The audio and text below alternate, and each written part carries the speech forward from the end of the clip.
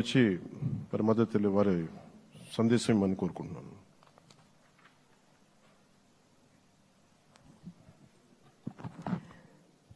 సభాయ నమః అంటూ సభాసదస్సుకు నమస్కరిస్తూ సభాధ్యక్షులు సోదరులు అచ్చెన్నాయుడు గారికి,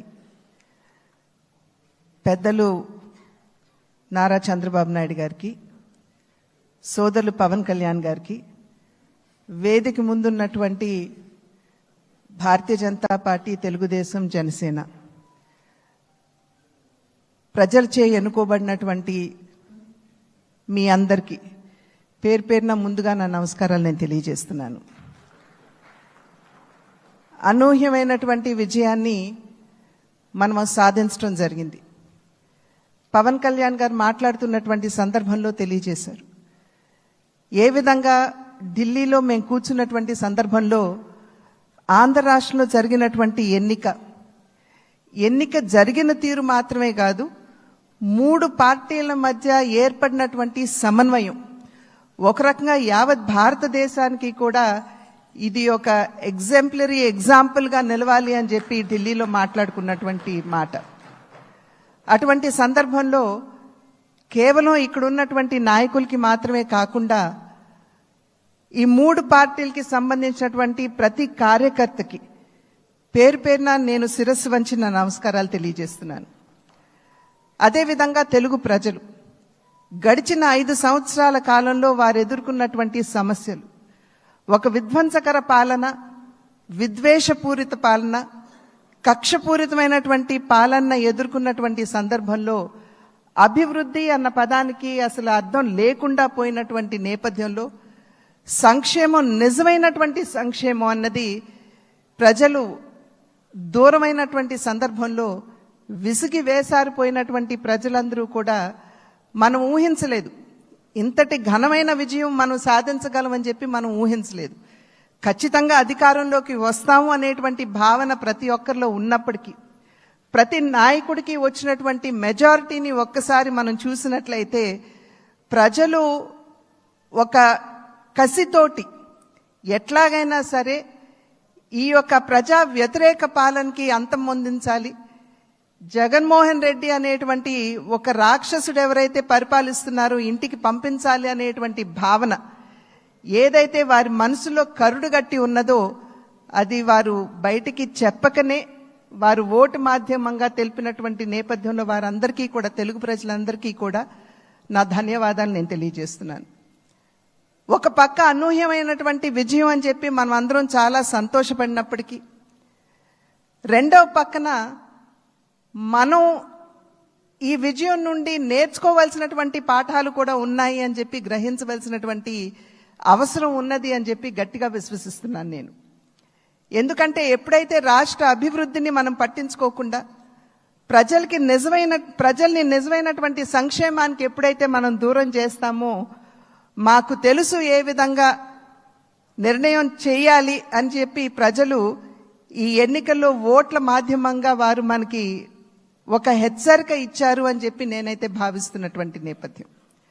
కనుక ఈ యొక్క అనూహ్యమైనటువంటి విజయాన్ని, ఈ పరిణామాన్ని మనం గెలిచాము, అధికారంలోకి వచ్చాము అనేటువంటి భావన కన్నా ప్రజాహిత పాలనని, సుపరిపాలనని ఏ విధంగా ప్రజలకు అందించాలి అనేటువంటి విషయం మీద ఖచ్చితంగా మనం అందరం కూడా దృష్టి కేంద్రీకరించవలసినటువంటి ఆవశ్యకత చాలా ఉంది. ఆ సందర్భంలో ఈ 3 పార్టీల యొక్క కలయిక, ఒక్కసారి 3 పార్టీల యొక్క ఆలోచన విధానాన్ని కనుక మనం తరిచి చూసినట్లయితే, భారతీయ జనతా పార్టీ ఆది నుండి కూడా, ఎప్పుడైతే భారతీయ జనతా పార్టీ ఏర్పడిందో ఆనాటి నుండి కూడా సబ్కే సాత్ సబ్కా వికాస్ అనేటువంటి ఒక సంకల్పంతో ముందుకు వెళ్తున్నటువంటి వైనం మనందరికీ తెలుసు. అదేవిధంగా నందమూరి తారక రామారావు గారు తెలుగుదేశం పార్టీని స్థాపిస్తున్నటువంటి సందర్భంలో సమాజమే దేవాలయం, పేదవాడే దేవుడు అనేటువంటి ఒక విశ్వాసంతో ప్రజల మధ్యకు వచ్చినటువంటి నేపథ్యం.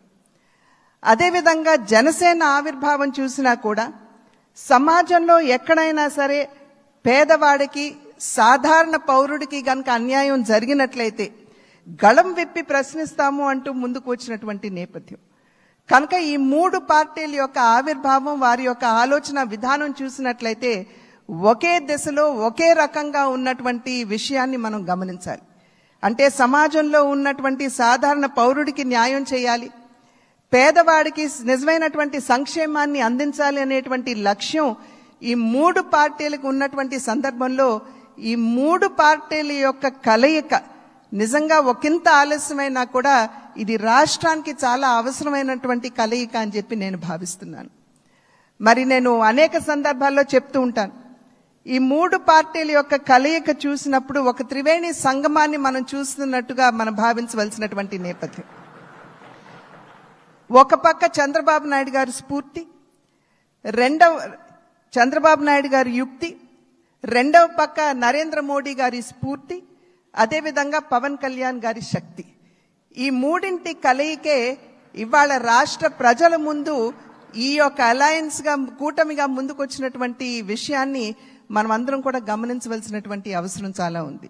ఇందాక చెప్పినట్లుగా ప్రజా సంక్షేమ పాలనని, సుపరిపాలనని ఏ విధంగా ప్రజలకు అందించాలి అనేటువంటి విషయం మీద దృష్టి పెడుతూ కక్షపూరితంగా ముందుకు వెళ్లకుండా మనం కూడా మన కార్యకర్తలకి తెలియజేస్తూ వారిని కూడా ఒకంత శాంతింపపరుస్తూ, ఎందుకంటే గడిచిన 5 సంవత్సరాల కాలం వారు ఎదుర్కొన్నటువంటి సమస్యలు ఏదైతే ఉన్నాయో, ఇబ్బందులు ఏవైతే ఉన్నాయో వాటి నేపథ్యంలో ఒకంత అత్యుత్సాహం కావచ్చు ముందుకు వచ్చి మరి ఏ విధంగా మనం ముందుకు వెళ్ళాలి అనేటువంటి అంశం మీద దృష్టి సారిస్తున్నటువంటి సందర్భంలో మనం సంయమనాన్ని పాటించడం మాత్రమే కాకుండా మన కార్యకర్తలు కూడా మనం సంయమనాన్ని పాటించవలసినటువంటి ఆవశ్యకతని వారందరికీ తెలియజేయవలసినటువంటి బాధ్యత మన మీద ఉన్నది అని చెప్పి తెలియజేస్తూ, ఏదైతే ఇప్పుడు సోదరులు పవన్ కళ్యాణ్ గారు మరి ప్రతిపాదించారు, చంద్రబాబు నాయుడు గారిని మన నాయకుడిగా ఎన్నుకోవటం, నేను దాన్ని సమర్థిస్తున్నాను అని చెప్పి తెలియజేస్తూ